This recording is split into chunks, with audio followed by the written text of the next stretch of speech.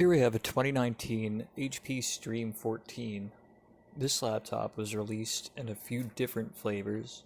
The more powerful variants included a Ryzen 3, eMMC, and 2 DIMM sockets for RAM.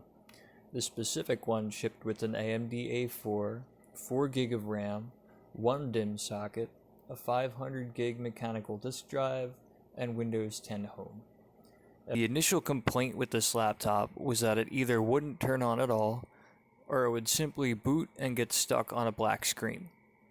Going off that information, the first thing I did before turning it on was just plug it in and see if the AC adapter was functional and the battery was charging properly. Fortunately, looked like everything was. The next thing I did was power on the laptop while it was plugged in and let it run for a few minutes with no internet connection.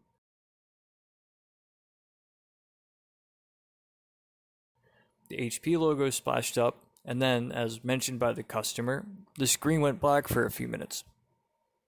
Approximately 5.5 minutes later, however, the laptop reached the Windows sign-in screen.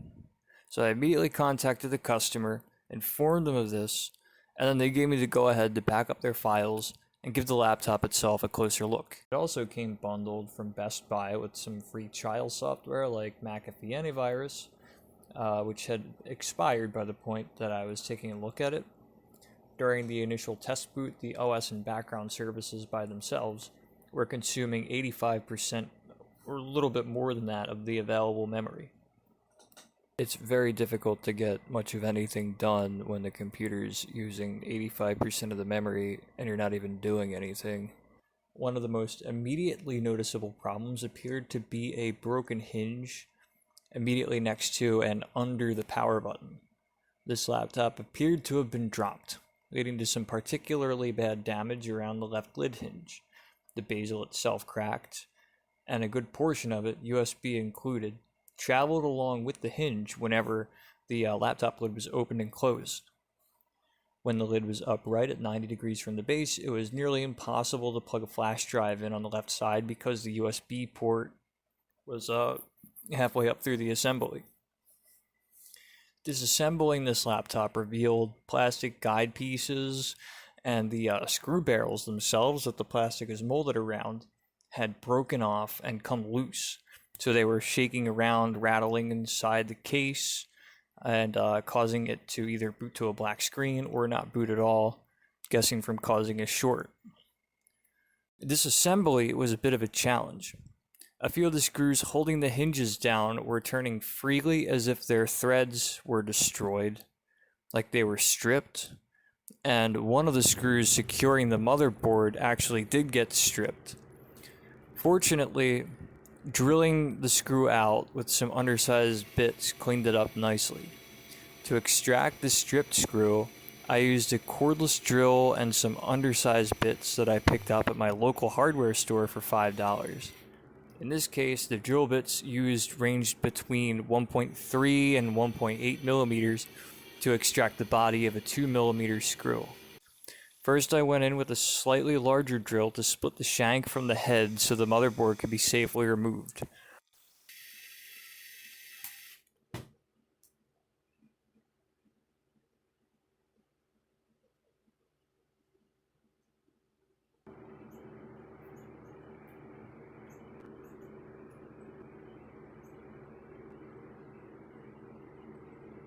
Then I went in with the smallest drill bit I had to hollow out the core.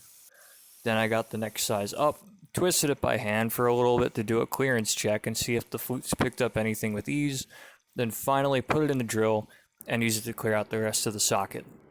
Every step in this is something to go about delicately, slowly, and patiently. You have to go in a little bit at a time and keep pecking at it, because if you drill too fast, or if you exert too much pressure, you can go in at an off angle and destroy the threads, destroy the socket, or even worse, drill straight through to the rest of the panel and whatever is underneath it. It's usually a lot easier to destroy something than it is to fix it.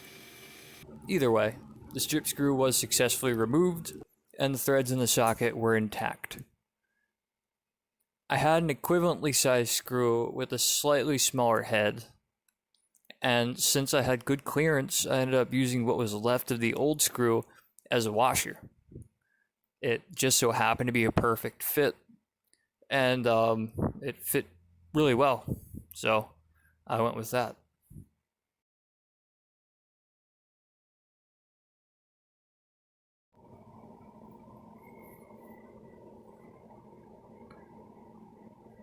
The plastic guides holding the hinge in place broke into a number of shards, and among these shards were two of the screw barrels that the plastic was molded around from the factory. These screw barrels secure the lid hinge to the base of the laptop, and these were loose inside the case. So if it wasn't turning on or booting to a black screen, I'm gonna guess that those could very well have been causing a short. With a little bit of patience, some process of elimination, and a generous amount of Gorilla Glue, almost all the plastic shards were recovered, successfully pieced back together around the barrels, and returned to their original locations.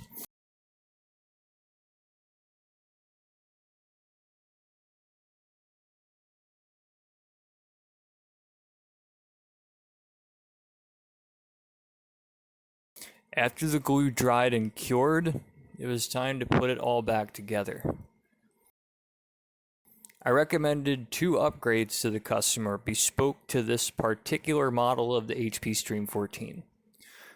Since they only had one DIMM socket to work with, upgrade 1 was for an 8 gig stick of RAM.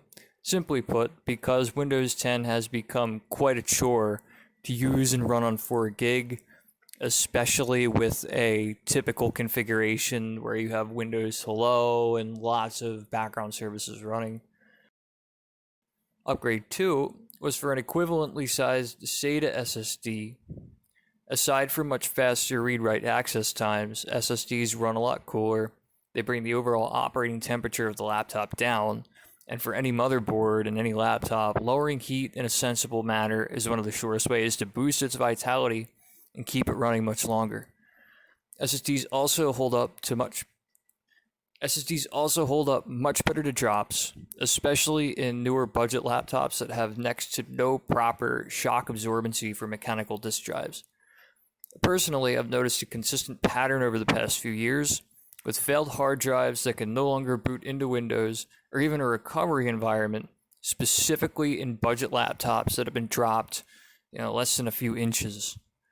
I'm strongly convinced that it is not the hard drives themselves. Brands like Hitachi, Toshiba, and Western Digital are quite reliable, and I'm inclined to believe that they're perfectly good mechanical disk drives, and they're failing due to having next to no insulation when they're dropped.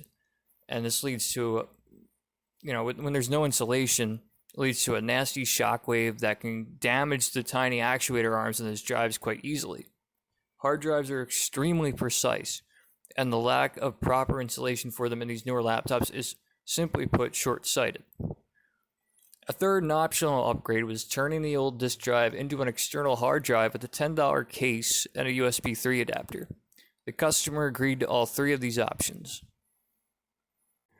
One of the first and most important tests when putting the laptop back together was testing that hinge and making sure that once it was actually clamped down in place and screwed down in place, that the screws actually stayed and nothing was going to come loose or pop out or strip, particularly the screw barrels.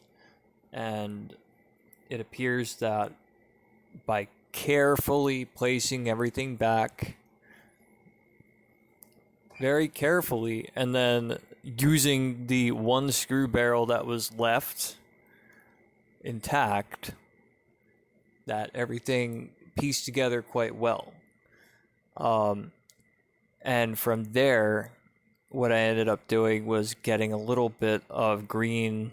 I got a tiny strip of pet tape, and I put that rather tightly from the top all the way down to the bottom in a way that isn't very noticeable at all unless you're really looking for it. And for what it's worth, once that was on there and everything was back together, it all stayed in place, it all stayed intact.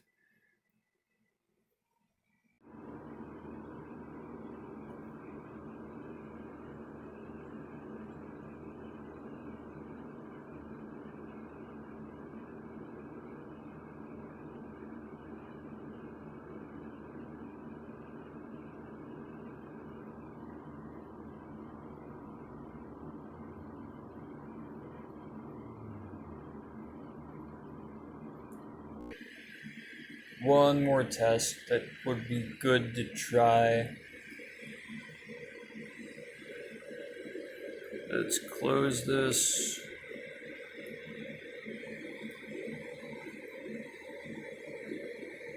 Close it.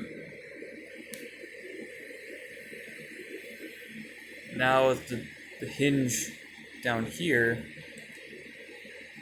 all the weight of this screen is at its peak on this hinge. Close it all the way.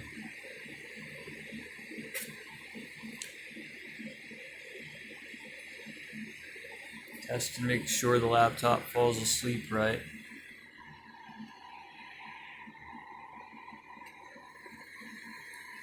And it looks like it's falling asleep pretty good.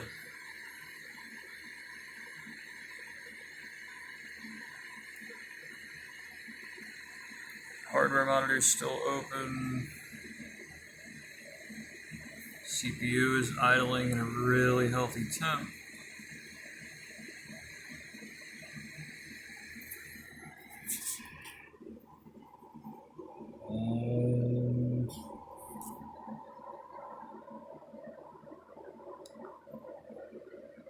All we got left to do now is turn this into an external hard drive. And then this lovely HP will be in great shape.